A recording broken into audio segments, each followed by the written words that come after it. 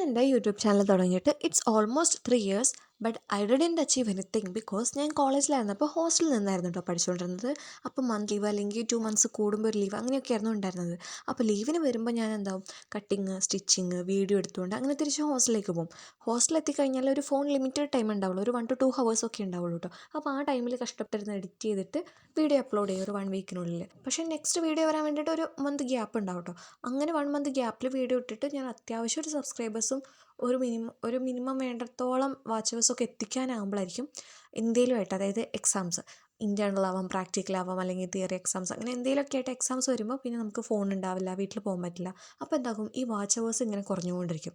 പിന്നെ ഒരു നോർമൽ ലെവലിലേക്ക് എത്തുമ്പോൾ ഞാൻ വീണ്ടും ഇങ്ങനെ 1 മന്ത്ലി ഇങ്ങനെ വീഡിയോ ഇടാൻ തുടങ്ങും, വീണ്ടും വാച്ചേഴ്സ് കൂടും. പക്ഷേ നെക്സ്റ്റ് എക്സാം വരും, അപ്പോഴേക്കും ഇത് കുറയും.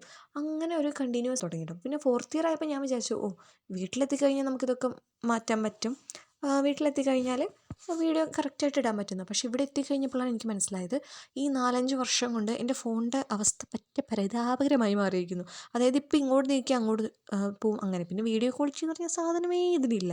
അതുകൊണ്ട് പിന്നെ ഒന്നും പറയാനില്ല, എല്ലാം കൊണ്ടും സുന്ദരമാണ്. അതുകൊണ്ട് എന്താ ഇപ്പം വീണ്ടും പറ്റുന്നില്ല. വീട്ടിലെത്തിക്കഴിഞ്ഞപ്പോൾ ഞാൻ വെറുതെ ഫോൺ നോക്കി ഇരിക്കുക എന്നല്ലാതെ ഒരു വീഡിയോ ഇടുന്നില്ല. ഇതെൻ്റെ മടിയാണോ അതോ എൻ്റെ വിധിയാണോ എനിക്ക് മനസ്സിലാവുന്നില്ല.